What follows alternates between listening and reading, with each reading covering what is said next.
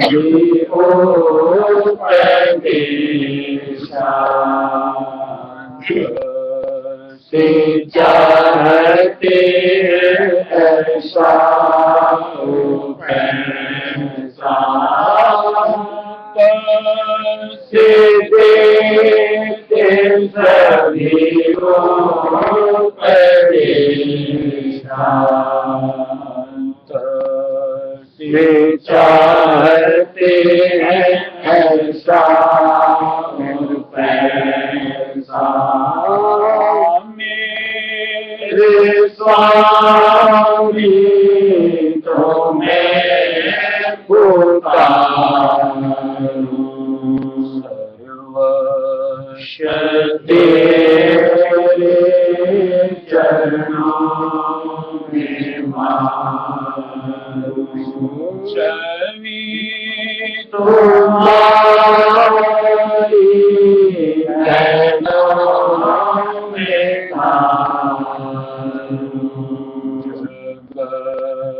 की छवियों को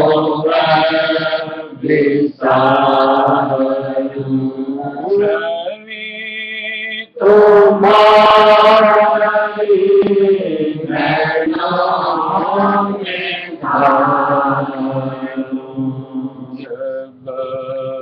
की छवियों को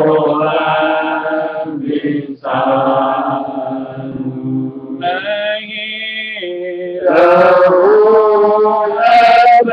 माया के शान का लगाव है मुझे अंदेशा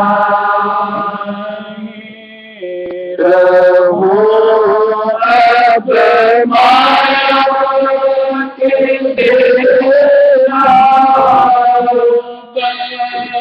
का लगाव है मुझे अंदेशा तो बसे अपने साथ दिशा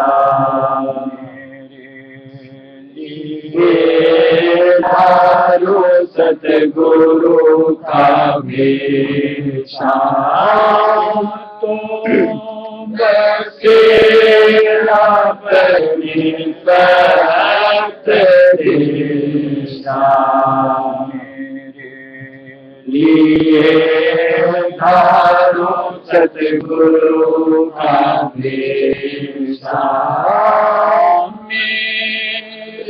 स्वामी तुम्हें पुकारूं सर्वश तेरे चरणों में मारूं छवि तुम्हारी नैनों में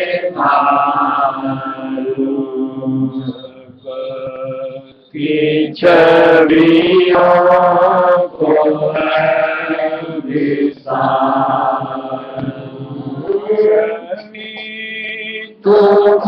तुम्हारी नैनों में की छवियों को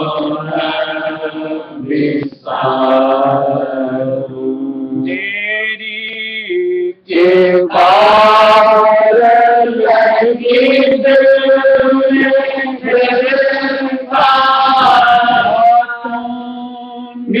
बोले जगत जीवो जैसा के कारण लगी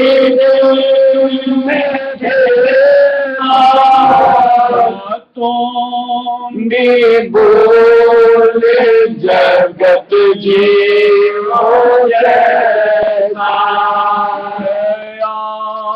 करो अब सुनो संदेशा राधा स्वामी मेरे प्राणों के केशा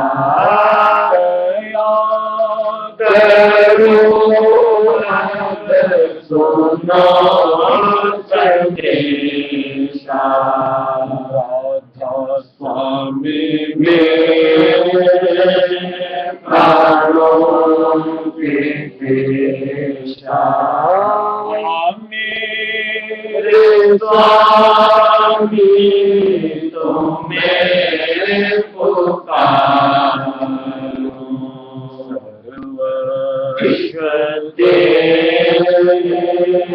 चरणों में मारो छवि तुम्हारी नैनों में धारो जगत की छवियों को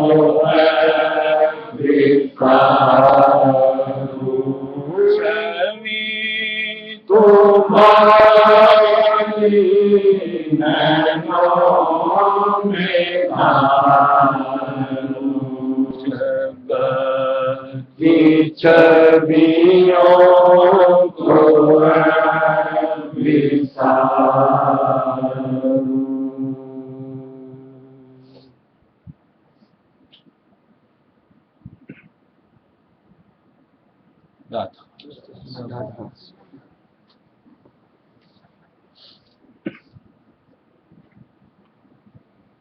अपन लोग जैसे एक सत्संगी के ऊपर में बातचीत कर रहे थे।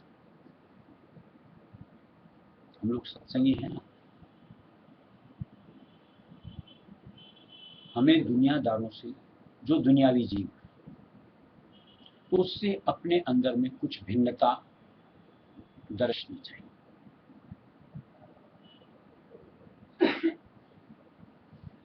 यानी वो और हम अगर एक ही सोच, विचार, धारणा अगर दर्शाते हैं और उसी अनुसार अगर हमारा व्यवहार होता है, तो हम क्या खाक सत्संग, खाक इतने यूं को पाक साफ परम पिता उसमें दयाल का संग धारते, कहीं तो उसका प्रभाव, नाम का कहो, संग का कहो, हमें होना चाहिए।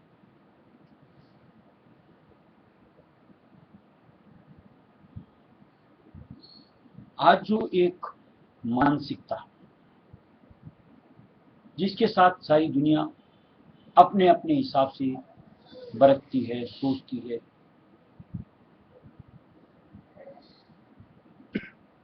क्या हम सत्संगी होकर के भी एक अपनी ही मानसिकता से उन्हीं की तरीके से सोचना, विचारना, बर्ताव करना क्या हमें उचित लगता है?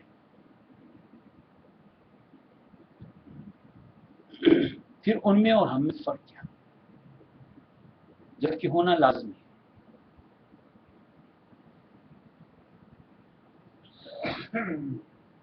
हम हमेशा अपनी ही मानसिकता से कोई भी एक जजमेंट लेते हैं किसी के भी प्रति,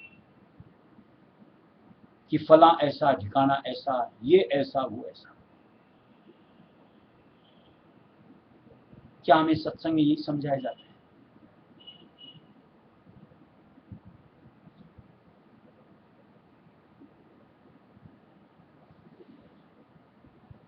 सत्संग में हमें क्या बताया जाता है कि अगर गुण देखने हैं अपने गुरु के देखो, अवगुण देखने हैं अपने देखो। हम कौन होते हैं किसी का जजमेंट देने वाले कि फला ऐसा है, कि ठिकाना ऐसा है? क्या बताया हुआ है कि एक तो दूसरे के ऊपर दोष दृष्टि डालना,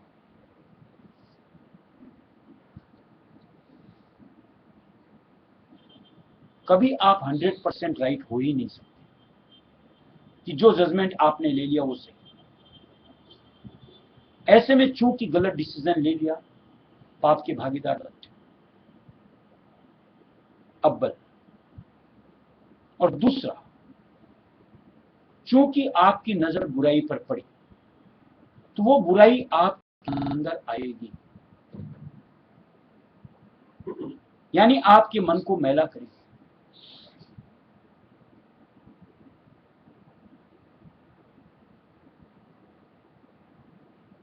तो उससे भी बढ़ के ताज्जुब की बात क्या होती है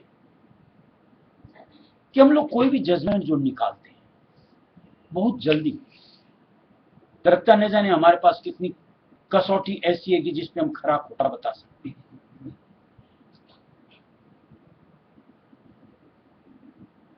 किसी के साथ सारी जिंदगी आप बर्ताव करो, फिर भी जैसा जो कोई है उसका वैसा स्वरूप आप अपने हिसाब से नहीं बता सकते। उसमें इतनी हड़बड़ के साथ कहीं डिसीजन दे देना,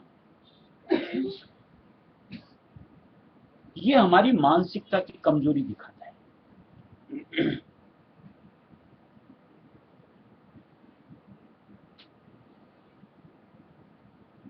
क्या बेहतर नहीं कि जो वक्त हम इस तरीके की सोच में जुड़ करके कौन कैसा क्या करता, यानी ताक झांक को उसमें खर्च करते हैं, उस समय को अपने काम में, निजी काम में क्यों न इस्तेमाल करें? तो क्या हमारे लिए वो बेहतर नहीं होगा?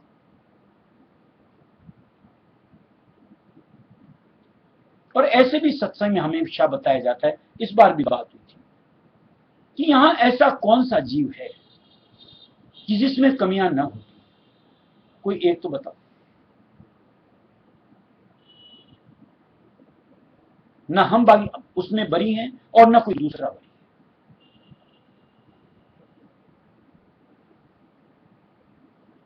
ऐसे में किसी बुराई को इंगित करना, ये कौन सी समझदारी दिखाना चाहती हो? या दूसरे की कमी दर्शा करके अपने आप को ऊंचा जतलाने का प्रयत्न होता है कि जिसके जरिए से अंदर में मैं आता है।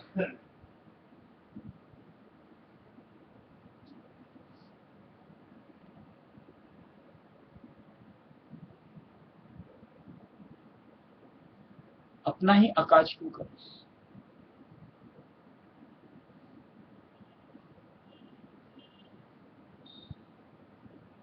और देखो, नजरिए में एक से दूसरे में हमेशा भिन्नता होती है। एक का डिसीजन एक के प्रति कुछ होता है, दूसरे का डिसीजन उसी के प्रति कुछ और होता है। तो हम अपने डिसीजन को खरा कैसे कह सकते हैं?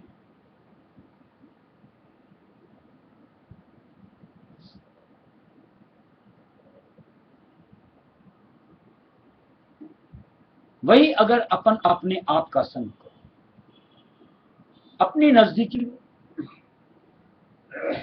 तो उसको आकलन करने का हमारे पास समय मिलता है, जांच का अवसर मिलता है कि यार सत्संग करते इतना वक्त बीत गया, अभी भी मेरे में ये है, आखिर क्यों? और निश्चित तौर से खामी है, तभी तो आज शब्द का रस नहीं ले पाते, तभी तो आज उस अंतर की, मालिक की निज मुहूर्त का दर्श नहीं कर पाते। अगर कमी न रहे तो ऐसा क्या कि जिसके जरिए से इन चीजों के अंदर में हम पीछे रहें?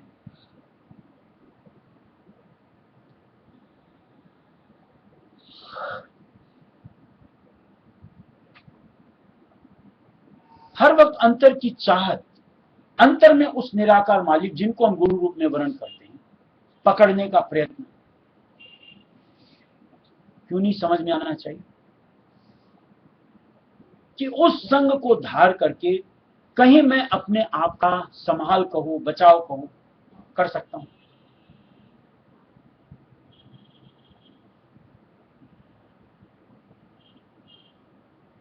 जितना वक्त मुझको दुनियादारी में अपना देना, उतना मैं उस परम पिता की याद के आधार में दूंगा, जितना जरूरी, और उसमें भी बस मुझको अपने फर्ज निर्वाह के निमित्त का।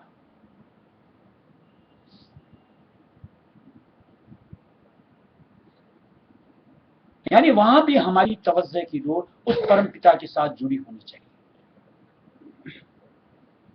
जिसके लिए कहावत है पुरानी, हाथ काम मुख राम। कि हाथ से आप काम करो, मन तो कम से कम मालिक के नाम में जोड़ करके चलो।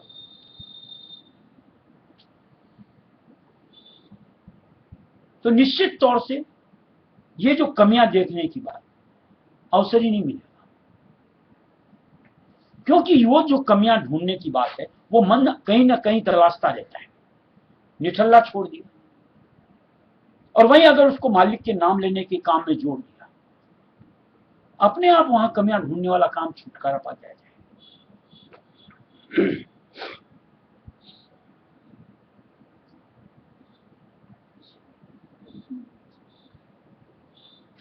और एक मालिक के संग को जब हमको मालिक, निराकार मालिक ने साकार के जरिए से पकड़ाया और जब हमें उनके जरिए से सत्य की राह मिली,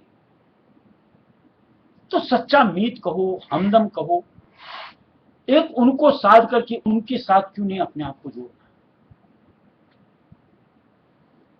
हर वक्त उन्हीं के आधार में अपने आप को क्यों नहीं पाना। इस दुनिया में चाहे हम कहो और चाहे हमारे संगी साथी कहो, सब स्वार्थ के लिए। अगर कोई स्वार्थ के साथ कुछ भी, अगर मान लो गलत भी करता है, तो ये तो दुनिया की रीत है, जिसके लिए महाराज ने अपने वचनों के अंदर दिया है कि जिस पृथ्वी के ऊपर अपन ठहरते हैं, ये पृथ्वी स्वयं एक स्वार्थ है।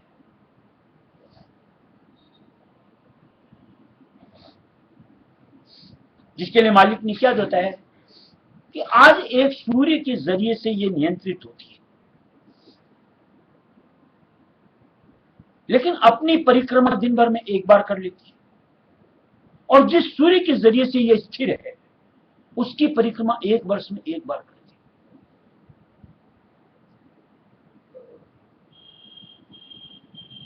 और हम उसके ऊपर टिकने वाले जीव रात दिन इस मट्टी का आहार करते हैं, तो कहीं ना कहीं उसका गुण हमारे में समाता है। ऐसे में अगर हम स्वार्थी बनते हैं, दोष किस चीज का। और ऐसे भी हमारी जन्मान जन्म की आदतें, यकायक तो हम उसमें परिवर्तन या छुटकारा, चाहे सत्संगी क्यों न हो, नहीं आता, उसमें भी वक्त लगता है। लेकिन अगर चरण शरण में पड़े रहेंगे, नाम के आधार को अंतर्दिल से ध्याते रहेंगे, तो निश्चित तौर से तब्दीलियां आनी शुरू होती है मानसिकता में। बजाय उसकी खामी दिखने के, कहीं ना कहीं उसके प्रति दया भाव आता है। दोषारोपण नहीं करते कि फलाना ऐसा कि ढींकना ऐसा, बल्कि ऐसा लगता है बेचारे को मालिक का संग नहीं मिला, करता है। और इस मानसिकता के साथ जब हम किसी से देखेंगे, जुड़ेंगे, हमारा मन मैला नहीं होगा। और जहां चूंकि मन नहीं मैला हुआ, तो हमारे मन में चूंकि खोट नहीं आई, मालिक के नाम में बड़ी सहूलियत से जुड़ता है। जैसे अक्सर अपन लोग बातचीत करते रहते हैं, वो काम में चोरी करता है, वो ऐसा करता है, वो ऐसा करता है, करते रहते हैं। अरे कोई करता है, आज उसको कर्म के हवाले करो ना। हम उसका निर्धारण करने वाले कौन होते हैं? अगर आपको कोई जिम्मेदारी दी जाती है, आप अपनी जिम्मेदारी को बखूबी पूरे दिल से, जान से निभाओ, उसमें फर्ज की चोरी मत करो, ये आपके हाथ में। दूसरा क्या कर रहा है, ये आपके हाथ में नहीं। उसको आप घसीट घसीटा के मान लो लेकर के भी आते हो, लेकिन जहां आपकी पीठ होती है, फिर उसके बाद उसका रवैया वैसा ही चालू है। ऐसे में आप वहां झुंझलाओगे, वहां पे अपना क्रोध निकालोगे। नुकसान किसका किया? अपना स्वयं का। उसकी जगह उसको उसके हाल पे छोड़ दो, समझौती देकर। अपन अपने काम में लगे रहो। ये मानसिकता का फर्क चूंकि सत्संगी है, एक दुनियादारी जीव के अंदर और हमारे में होना चाहिए। और ये इस तरीके के परिवर्तन अगर लेते जाए तो हर जीव के प्रति दया भाव, समभाव बन पाएगा। और उसके बाद इतनी फुर्सत भी हमारे पास नहीं रहेगी कि हम किसी की ओर झांकेंगे। फुर्सत कहां? सुबह की सत्संग में जैसे बात की कि बहुत लिमिटेड तो हमको समय मिलता है, गिन करके अवधि, और गिन करके इस श्वासों की चेतनता की पूंजी मिलती है। इतनी अनमोल चीज को अगर ऐसे कामों में व्यवहार के साथ खर्च करेंगे तो ये तो कोई नादानी करता है, और वो भी सत्संग होके मैं तो न करूं। क्या ये सोच मानसिकता में हमारी नहीं जुड़नी चाहिए कि अपने काम में लगे रहो, पराई बेगार की ओर हमको ताका जाके नहीं कर। मैं अपनी जिंदगी कैसे सफल करूं, ये एक सोच हमें आनी चाहिए। और जिंदगी सफल मालिक के नाम, मालिक के संग, मालिक के एहसास से होती है। और अगर वही नहीं धारा, धारने के लिए फुर्सत तो चाहिए, और अपने समय को अगर इनमें लगा दिया तो निश्चित तौर से निष्फल चली जाए। और ये मानसिकता जैसे जैसे जैसे जैसे प्रतीत का आधार मालिक के साथ बढ़ता जाएगा, क्यों क्यों आते हैं। हम में से कईयों का कहना हमारी तो प्रतीत पूरी है। मेरा एक सवाल, अगर आपकी प्रतीत मालिक के प्रति पूरी है, अपने किस काम को आपने मालिक के सुपुर्द किया?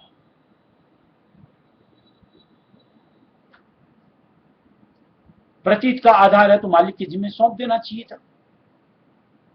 अपने आप को, अपने परिवार, कुल कुटुंब परिवार को, अपने बिजनेस को, अपनी जो भी है उसमें से क्या किया अपन ने अर्पण, किस आधार को मालिक के ऊपर छोड़ा? तब तो जब देखो, जहां पर देखो, हम तो अपनी सोच के साथ जुड़े अपने आप को पाते हैं, यानी मानसिकता में परिवर्तन नहीं आया, जैसी की तैसी। क्या सत्संग के द्वारा यही समझ में आती है कि ऐसी मानसिकता से जुड़े रहने की वजह से ये ऊपर की रसाई हमारी सुरती यानी आत्मा की बन पाएगी, यानी मालिक रायस्वामी दयाल की करीबी ले पाएंगे?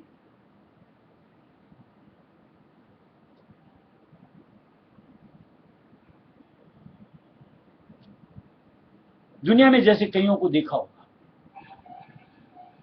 बर्ताव करते हैं, देखने को मिलता भी है। एक ही व्यक्ति एक को बड़ा प्रिय होता है और दूसरे को बड़ा अप्रिय होता है। अब किसकी धारणा सही है? अगर हम बोलेंगे मेरी धारणा सही है, तो दूसरे को वो एहसास क्यों नहीं मिल रहा?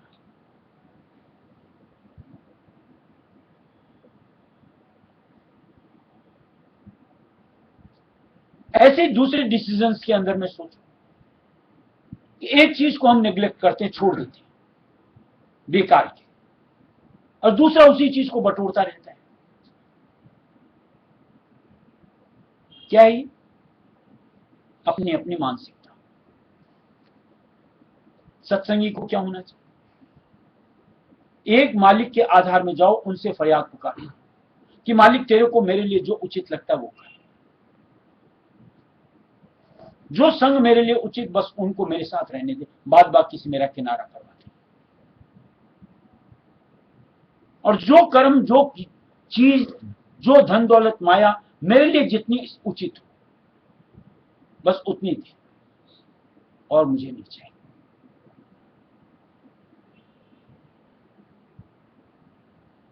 क्या ऐसी मानसिकता हम में है? अगर हम भी हविष्य के पुजारी बन के रहते और उसी सोच के पीछे धाते तो क्या भिन्नता है दुनियादार में और हम जब अपने आप को सत्संगी कहते हैं उसमें? दुनिया भी उन्हीं के पीछे दौड़ लगाती है, और अगर हम सत्संगी होकर के उसी के पीछे दौड़ लगा रहे हैं, कोई फर्क नहीं रह जाता कि जहां खुद की न शुद्ध और न अपने परमपिता बाप की शुद्ध।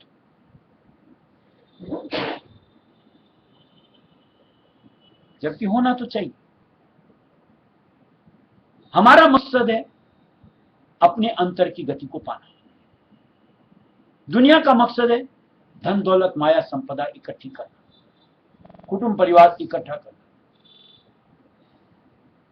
यह कहने तक चूंकि सीमित कर रखी है, इसलिए दोनों का बर्ताव हमारा और उनका एक सा होता है। जिस दिन अंतर गह लेगा, अपना लेगा, अपने आप देखो कर्मों के अंदर भिन्नता आती चली जाएगी। अभी जो हम लोग कहते हैं फुर्सत नहीं, इसकी वजह से ये मुलतवी हो जाता है, इसकी वजह से ये छूट जाता है, फिर मजाक छूट जाएगा।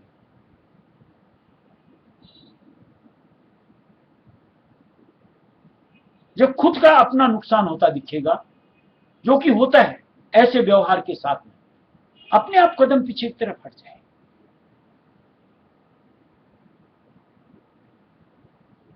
यानी जिंदगी की सोच विचार धारणा पूरी तरीके से बदल जाए, जो कि सत्संगी के अनुरूप होनी चाहिए। और तभी जाकर के घट के अंतर की गति बनती है बातों से। और इसके लिए कहीं जैसे बात हो रही थी व्रत वाली, एक एक वचन को धार करके उसके प्रति अडिग हो जाओ कि ताज जिंदगी इसको निभाना है, कुछ भी हो ये नहीं छोड़। ऐसी दृढ़ता जब आप एक एक बात के साथ जुड़ते चले जाओगे, तब आपकी जीवन शैली भिन्न होती है, यानी बतौर सत्संगी बनती है। अब इसमें नीचे से ऊपर तक सब चीज आ जाती है। अगर हम मान लो छोटी छोटी चीज को अवहेल छोड़ते रहते हैं, नजरअंदाज करते रहते हैं, तो ये पक्की मान लो कि वो ऊपर वाली जो बातें हैं वो हाथ नहीं आ सकती। जैसे मान लो तुम मकान बनाते हो, अगर तुम्हारे विचार नींव के प्रति दुरुस्त नहीं है, तो उसके ऊपर 16 तल्ला की मंजिल कहां से खड़ी करो?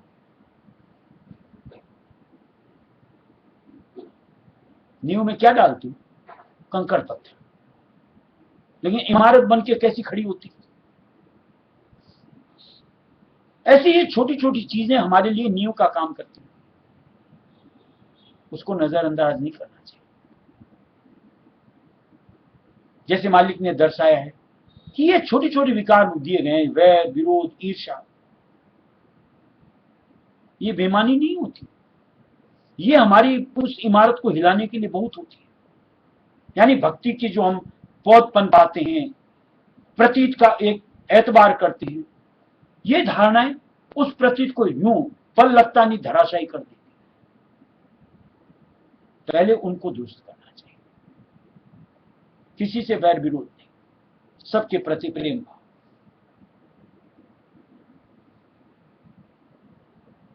आज जरा सा विचार करो, ये जो आपस का द्वेष बनता है या एक दूसरे के साथ हम ईर्ष्या करते हैं, किस चीज की? जब दुनिया में आए थे क्या लेकर के आए, और जब दुनिया से जाएंगे तो क्या लेकर के जाएंगे? न तो कुछ लेके आए और न कुछ लेके जाएंगे। फिर किस चीज के लिए ऐसा हमारे साथ बनना चाहिए?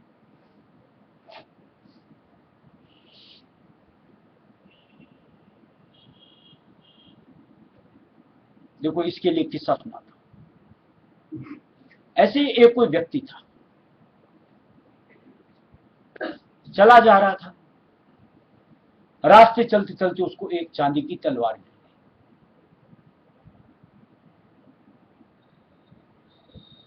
उठा ली उसने, जैसा कि एक आम सोच के साथ हर कोई करता है।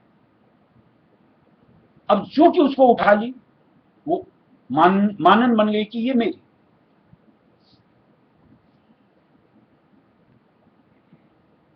सामने एक कोई तालाब थी, मन में आया कि चलो नहाते हैं। अब नहाने जावे तो तालाब उस तलवार को किनारे रखना पड़े, तो उसने मन में विचार आ गया, बंद गया ना वहां कि बाहर छोड़ूंगा तो कोई इसको उठा ले जाएगा।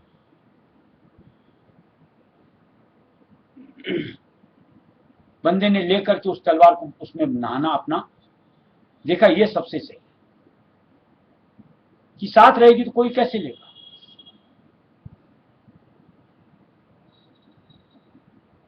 लेकिन उसमें कोई एक प्रबल लहर आई हाथ से तलवार छूट गई, बह गई आगे। बाहर आकर के अफसोस करने लगा, रोने धोने लगा। बगल से एक साधु महात्मा जा रहे थे, उसको रोता देख करके पूछा, क्या क्या बात हुआ बेटा, क्यों रो रहा है तू? बोला, ऐसे मेरे हाथ में तलवार थी, नहाने गया था, बह गई। बोला, तू नहाने गया, तलवार साथ क्यों लेके गया? किनारे भी तो रख सकता था। तो उसके मन में जो शंका थी बता दी कि मैं अगर उसको किनारे रखता तो कोई लेके चला जाता। बोला, तुझे कहां से मिली थी? घर से लेके आया था। बोला, नहीं, घर से नहीं आया था, मैं तो रास्ते इधर आ रहा था, मुझे मिल गई थी। तो बोला, फिर अफसोस किस चीज का करता है? रास्ते में न मिली थी, तेरी तो नहीं थी, और चली गई तो चली गई। ऐसे क्या जिंदगी में हम लोग रात दिन जो ये द्वेष भाव करते हैं, रोते बिलखते रहते हैं, किस चीज के? कि इतना का नुकसान हो गया, कि वो मर गया, खप गया, किस लिए? ये तो है ही आनी जाने की चीजें, आने जाने के संबंध। इसके लिए हम रोए धोए, फिर सत्संग होगा। अफसोस तो होना चाहिए जिस दिन मालिक का नाम छूटता है, उसके लिए रोए तो समझ में भी आवे। उसका कहीं अपना नुकसान होता है तो अंतर गिला शिकवा करे, अफसोस करे तो समझ में भी आता है, लेकिन उसके लिए किसी को अफसोस ही नहीं होता। भंडारे दर भंडारे छूट जाओ, सत्संग छूट जाओ, नित्य की ड्यूटी छूट जाओ, लेकिन इधर का कुछ भी छूटता है तो इतना अफसोस करते हैं, मायूसी छा जाती है, चेहरे की रौनक गायब हो जाती है। सत्संगी होते क्या समझ धारते हैं, फिर कैसी प्रतीक मालिक के पर?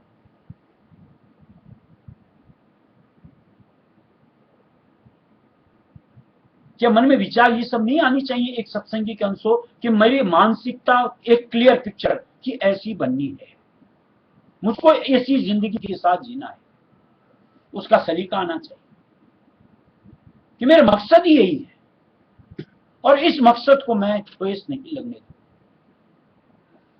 तब तो देखो आप कामयाबी की सीढ़ियां ऊपर से ऊपर चढ़ो परमात्मा के हिसाब से। और जब तक आपकी मानसिकता क्लियर नहीं है, आप सीढ़ियां कहां से उठोगे? दुविधा में रहते हो, कभी 4 सीढ़ी इसकी चढ़ते हो, कभी फिर उधर की वृत्ति करके उधर की रवानगी कर लेते हो, इधर से नीचे आ जाते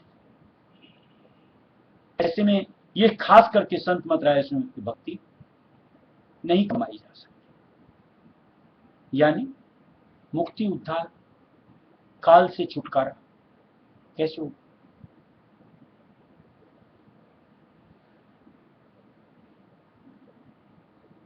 ऐसी कुछ एक बातें होती हैं हर सत्संग के साथ में कि एक एक बात को अंतर में गहना चाहिए। अब मेरी सोच इससे जुड़ी हुई, यानी परमार्थ से वाक्य लिंक बनी हुई, तब तो अपने अंदर परिपक्वता आएगी, दृढ़ता आएगी और फिर उसका निर्वाह बनना शुरू होता है। यानी उस मानसिकता के साथ आपकी जिंदगी आगे बढ़ती हुई निखर जाती है। और जहां अपने आप को आपने कोई एक खाका ही नहीं तैयार किया, डावाडोल स्थिति के अंदर में, इसने ऐसा कह दिया चल इधर चल, इसने कह दिया ऐसा चल इधर चल, और जिंदगी तो देखो सुबह भी सत्संग बात की, थोड़े अरसे की, देखते देखते इतना गया, और अब भी अगर मानसिकता को दृढ़ नहीं किया तो ये भी बची कुची भी आती ऐसी ही चली जाएगी। यानी रीते आए रीते जाएंगे, कर्म भार के साथ आए, कर्म भार के साथ जाना। अब सुंदर मौका है आया, सच्ची मोटी पालना, अब सुंदर मौका है आया,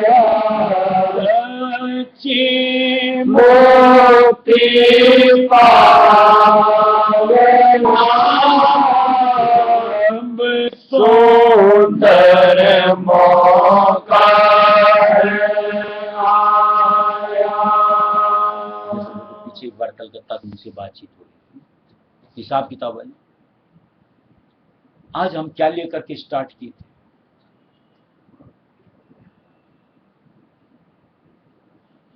और आज कुछ अगर कोई लेकर के चल दिया, अब उसकी एक गुनावन करें और उसके पीछे अफसोस करते हुए उसके पीछे दौड़ लगाएं, ये तो एक सांसारिक वृत्ति वाला जीव करे। हमारा मकसद वो था ही नहीं, ये तो मालिक ने बख्श दी तो है।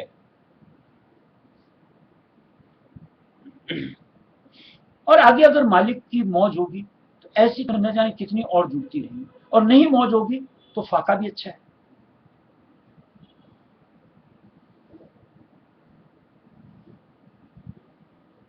अब अगर मान लो उसी को पकड़ करके बैठ के उसी विचार को भूलते रहो,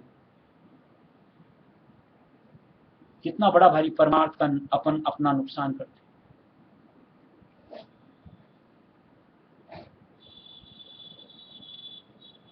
ऐसे दुनिया की जीव की जिंदगी गाड़ी के अंदर में कितने संग साथ जुड़ते हैं, कितने बिछड़ते हैं। अब एक संग को पकड़ करके अपन अफसोस मनाते चलो कि उसने मेरे साथ ऐसा किया, कि वो मेरे से ऐसा बिछुड़ गया, कि वो चलता रहा।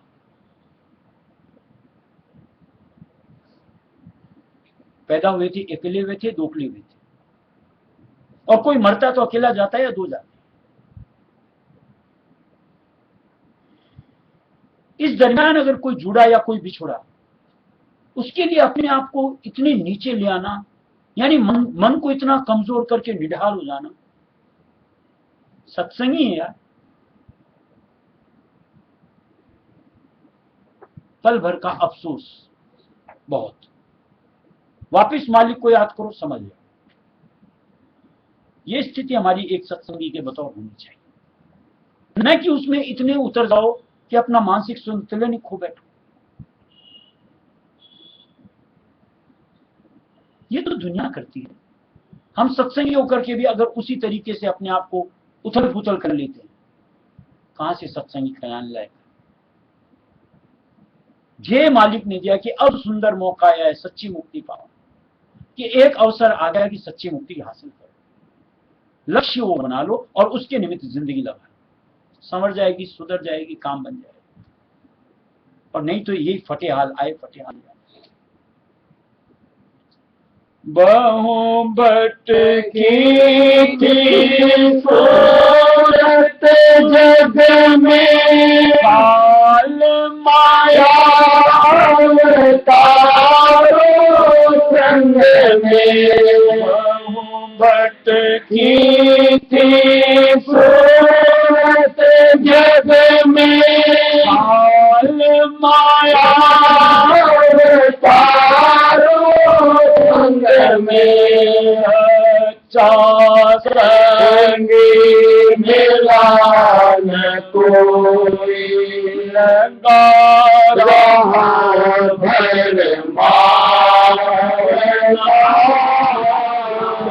अच्छा संगी मिला न कोई, लगा रहा भर मारना। सुंदर मौका है आया, अच्छी मुक्ति पावना। सुंदर मौका है आया, सतगुरु नहीं प्रगटे थे जग में, जाते भटक रही थी मग में। सतगुरु नहीं प्रगटे थे जग में, जाते भटक रही थी मग में। कौन बचाता कर्म जंग में, मन नौ द्वारो धारना। कौन बचावा अंग में मन नो द्वारो धावना अब सुंदर मौका है आया सच्चिदों की पावना अब सुंदर मौका है आया दूर से स्वामी दयाचारी सतगुरु तो जग दिया पठारी दूर से स्वामी दयाचारी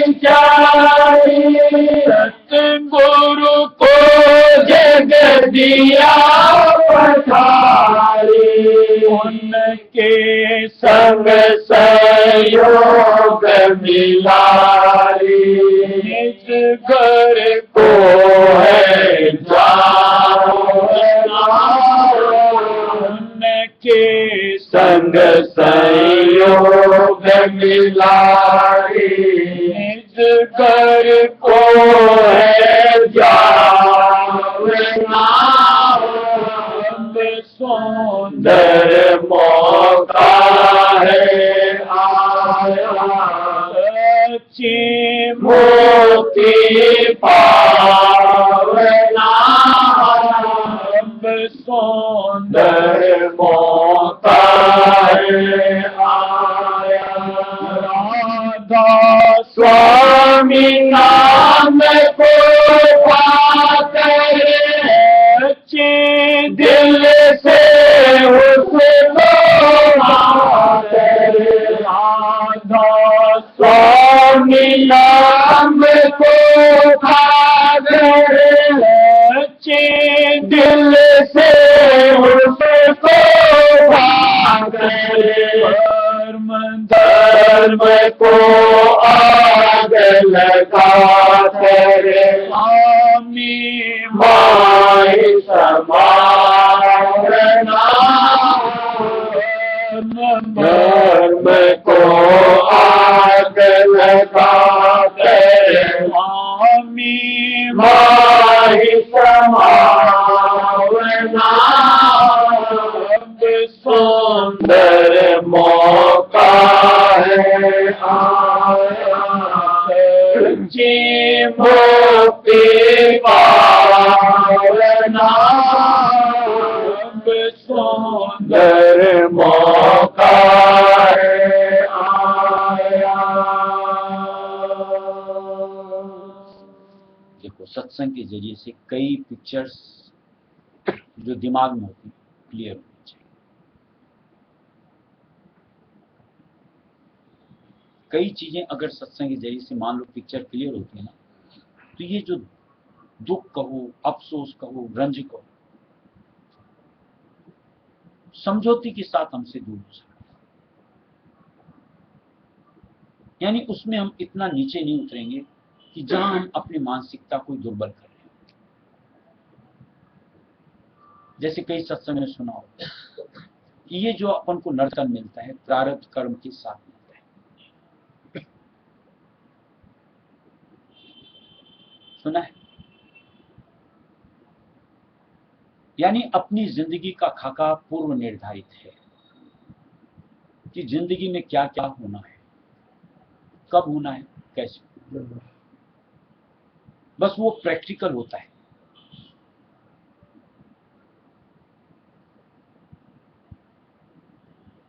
अब अगर समझ आ गई कि ये मेरे कर्म का है,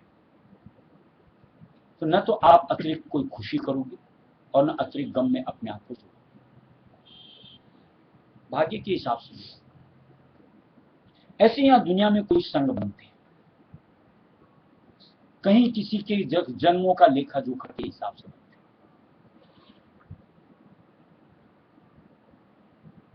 अब इसमें हम किसी से ज्यादा जुड़ जाते हैं, किसी से कम जुड़ते हैं। इसमें किसी के प्रति प्यार और किसी के प्रति द्वेष, ये अधिकार अगर हम बनाना शुरू करते हैं, यानी नए सिरे से फिर तैयारी शुरू।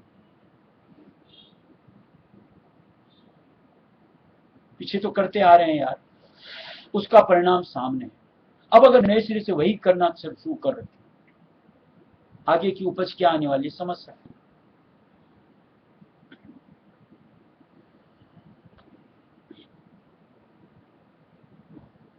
एक एक जिंदगी के स्वरूप देखो।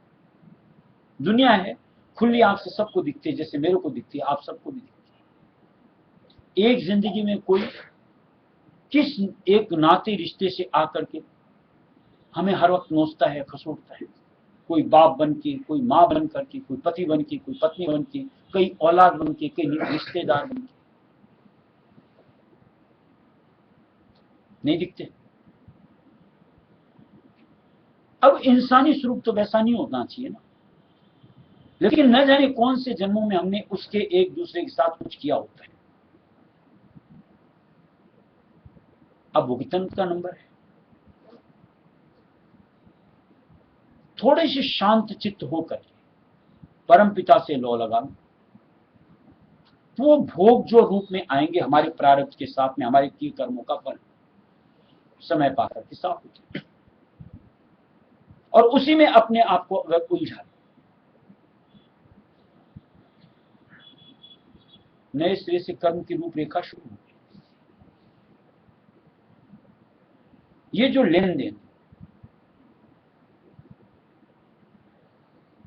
क्या सोचते हैं सिर्फ हमारे मेहनत का परिणाम, जो लोग बात कहते हैं मेरा कमाया, मेरी मेहनत का फल। अरे दुनिया में हमसे ज्यादा मेहनत करने वाले कई ऐसे देखने को मिल जाएंगे जो बेचारे सारी जिंदगी करते हैं और 2 वक्त की रोटी का जुगाड़ नहीं कर पाते। हम क्या मेहनत करते हैं उनके साथ? कई पिछली जिंदगानियों का कर्म का भोग। और अब अगर अपने आप को नए सिरे से, जो क्रियमान का कर्म का हिस्सा हमारी जिंदगी में होता है, उसको अगर सुंदर नहीं बनाया, आगे की जिंदगियों के लिए आप अपने आप को दुर्बल करते हैं, जिसके लिए अपने को सुझाया जाता है कि दीन दुखी की सेवा करो, सबके साथ मित्रवत व्यवहार करो, किसी का बुरा मत धारो। ये हमारे क्रियमान कर्म में जुड़े होनी चाहिए। जितनी बन सकती है तन से, मन से, धन से दूसरे का हित समझो। बुरे की तो कल्पना भी बुरी है, करना तो बहुत दूर की। और ये अगर हमारी क्रियमान कर्म की शैली में आ गया, ये जिंदगी भी क्रियमान जो हिस्से की एक पोर्शन होता है उसको भी इजी बनाती है, और आगे जो भी जितनी भी जिंदगानियां और मिलेंगी वो हमारे लिए भक्ति की अनुरूपता प्रदान करती है। और उसमें अगर हम कुछ उटपटांग हरकतें शुरू कर लेते हैं, ये जिंदगी भी नरक तुल्य होती है। और आगे के लिए जो पथ भक्ति के लिए बनना चाहिए था, वहां भी कांटे उग जाए, उन पर भी यूं कहो वापिस जैसे इस जिंदगी में भोगते भी आगे बढ़ना पड़ेगा। अब कितना अपने आप को संभालना चाहिए, इसकी समझ अगर सत्संगी है तो ये हमारी मानसिकता पारदर्शी हो जानी चाहिए, यानी खुल करके साफ दिखना शुरू, ये मेरा गलत, ये मेरा सही। तब कहीं जाके आप सत्य की राह पे निर्विघ्न आगे बढ़ते, नहीं तो हर्डल्स हम खुद, ऑब्स्ट्रक्शन खुद कायम करते कि चाहते हुए भी न तो भक्ति कर पाते हैं, न नाम ले पाते हैं, न सेवा में जुट पाते हैं, और न करीबी हासिल कर पाते हैं। इस जिंदगी को तो मान लो पिछले किए कर्म के ऊपर जोर नहीं, इस वजह से हो सकता है, लेकिन कम से कम आगे का तो हम निर्धारण कर सकते हैं, बेहतर तरीके से अपने जिंदगी को संवार करके, बना करके, जो मालिक देता है उस अनुरूप उनकी मेहर दया साथ जुड़ेगी, और निश्चित तौर से ये जिंदगी भी मालिक कर्मों में परिवर्तन करके सफल कर देगी, और आइंदा के लिए भी हर वक्त मालिक की छत्र छाया मिल जाए, यानी जिंदगी खुशनुमा बन जाए, फूल के माथे में बन जाए। और ये कोई भी एक समझदार सत्संगी अगर अपने आप को कहता है, ऐसी जिंदगी क्यों नहीं जीने का सलीका सीखना चाहिए। इन सब में क्या धरा है? इनमें अपनी समय को, अपनी जिंदगी को क्यों खपाऊंगा? क्यों नहीं एक परम पिता की याद में उनकी ओट में रहकर बस जितना जरूरी सबके साथ बराबर बर्ताव करते हुए, सलीके का बर्ताव करते हुए निकाल दो जिंदगी। और ये वही कर पाता है जिसको अंतर से मालिक के प्रति आधार मिल जाता है, उनके प्रति प्रतीत विश्वास धारणा बन जाती है। वो फिर किसी की परवाह नहीं करता। कोई भी आगे उसको पता है, देखो कई जैसे मैसेज वगैरह पढ़ते हो कि कोई भी जिंदगी के कर्म भोग होते हैं, स्थिर नहीं होते, धूप छांव की तरह अपना भोग देते हैं, चले जाते। अब अगर हम उस भोग के अंदर उतर जाते हैं, उलझ जाते हैं, वहीं ठहरा हो जाता है, यानी वो भोग दे करके चले जाता है, उसके बाद भी उसके प्रभाव की वजह से हम वापस खड़े नहीं हो पाते।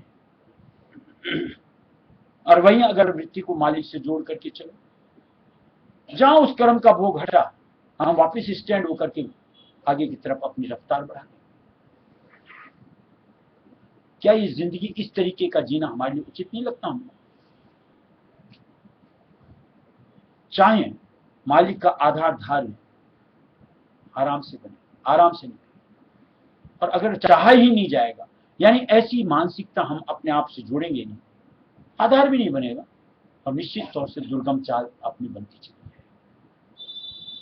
नुकसान कुछ दादा करूं बिनती